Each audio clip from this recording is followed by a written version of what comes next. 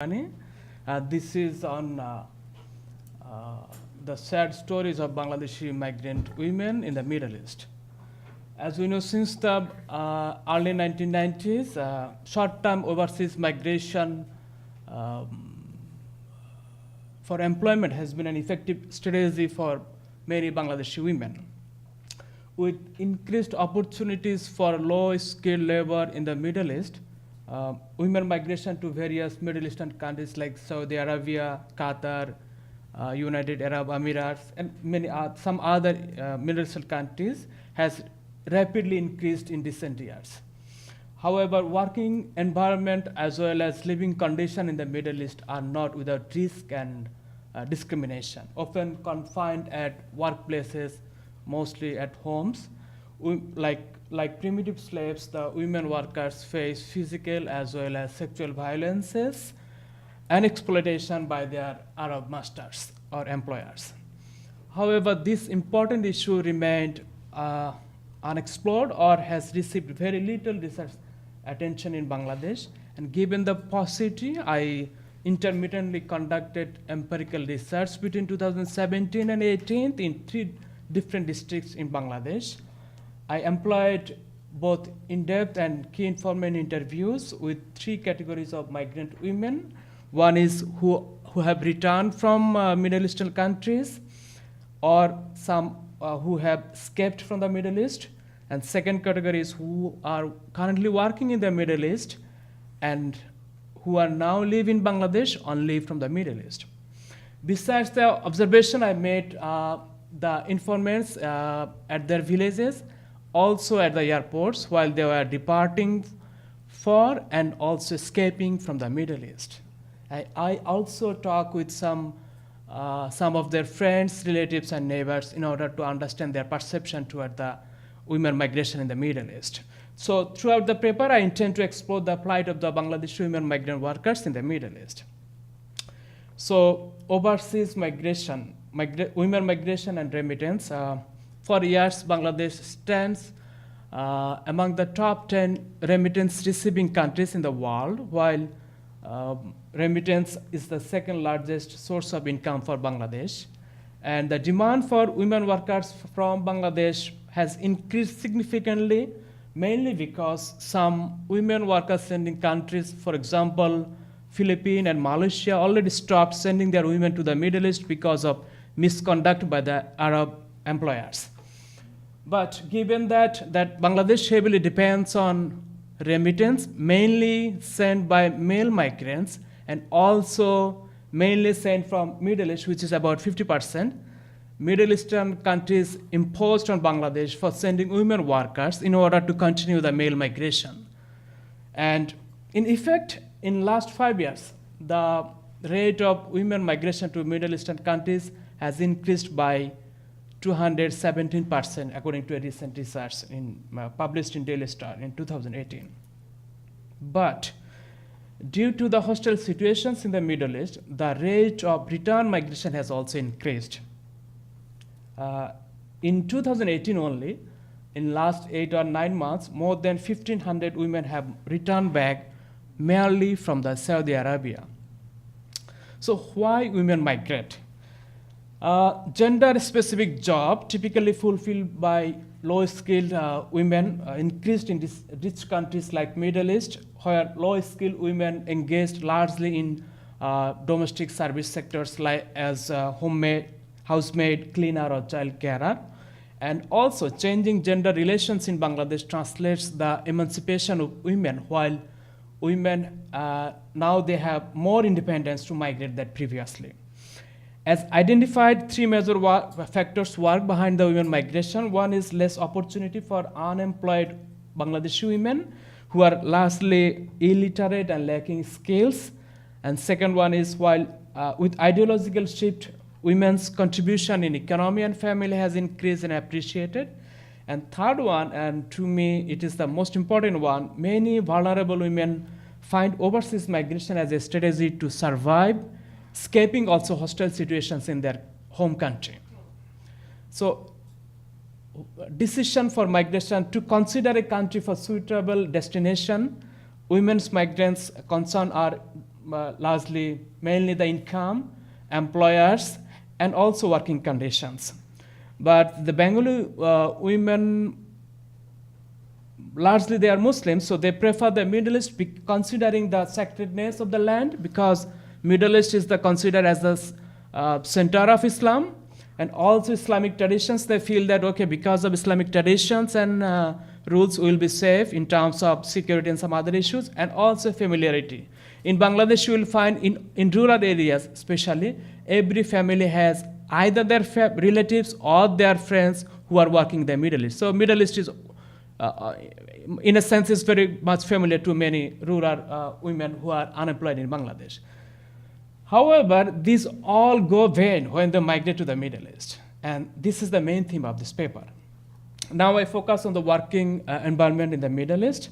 As we know, the Bengali Muslim women are culturally conservative. They even seldom visit the nearby district or towns unless they face some crisis, for example, health crisis. But now they are migrating to Middle East for livelihood.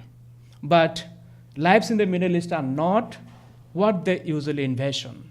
So I explore through slave-master relationships. If we say there are some cases where migrant women find good working environment as well as good masters in the Middle East.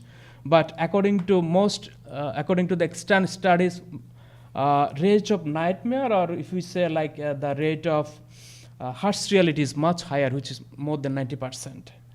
And surprisingly enough, sufferings and deceptions start very much from home country. On the one hand, due to informal entrance, the women workers are easily trapped by some corrupt agencies in Bangladesh. On the other hand, due to unawareness, the illiterate women migrant often spend their life, expected life, in slavery under the discriminatory kafala system, you know about that, which has no safeguard for women workers. Given that Bangladeshi women migrants are low skilled, uneducated, and unaware about their job conditions, they become victim of exploitations as women, poor, and also Bangladeshi Muslims home. Their rich Arab employers don't consider as worker, rather than they are like slaves, servant, or maybe sex laborers. So now I focus on some bitter experiences in the Middle East. With the hope for better life, women migrant begin their job in low-skilled job with low salaries, although before their migration they were convinced by many agents, including family, that once you migrate you will become rich. But in reality, many employers, which is about more than 52%, do not pay in time whatever they promised. When women workers repeatedly request for their salaries, they face physical assault and sometimes sexual abuses. Most of the workers are even not allowed to talk with other Bangladeshi people, not even to their family. And terribly enough, they are not allowed to cook their own Bangladeshi food. So, and also, as discussed in the last paper, due to heavy workload, they become weak day by day. And as found, most of the women workers have had bitter experiences of physical assault, which is about 70%, and sexual harassment, about 25% by their masters and relatives and friends of their masters as well. Thus, they suffer serious mental trauma in overseas, which unfortunately continues in Bangladesh when they return back. So if we look toward the impact and consequences of this migration, we find, very shortly, if we say, we find three categories of people through their lived experiences. One, those who are benefited from the migration, they are less than 10%.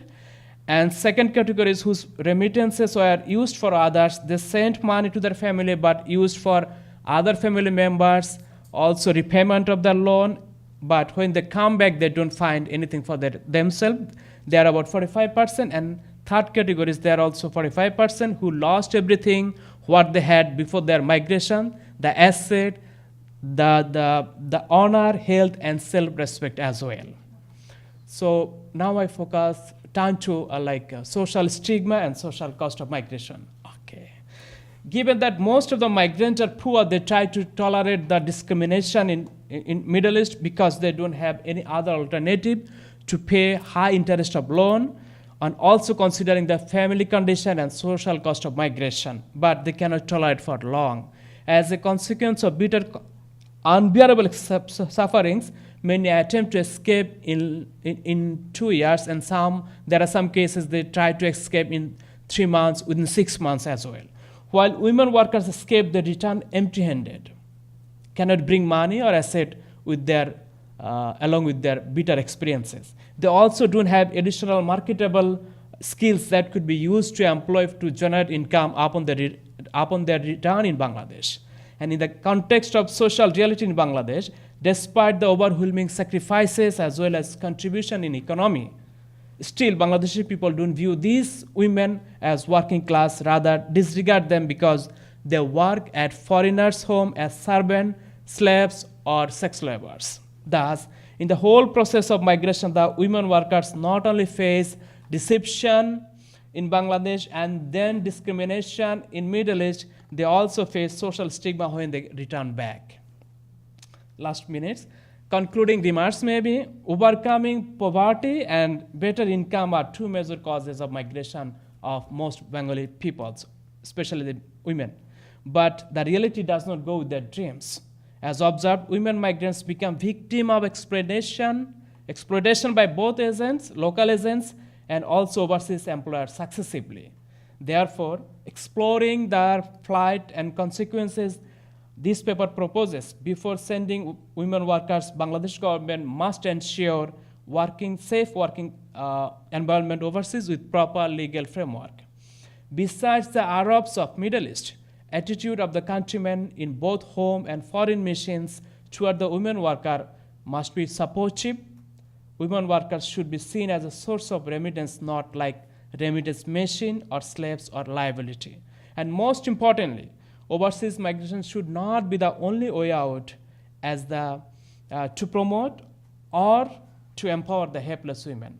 Once they are well equipped with education and skill through vocational training, they will do their best in Bangladesh, which in return will benefit their families and society more effectively. Thank you so much.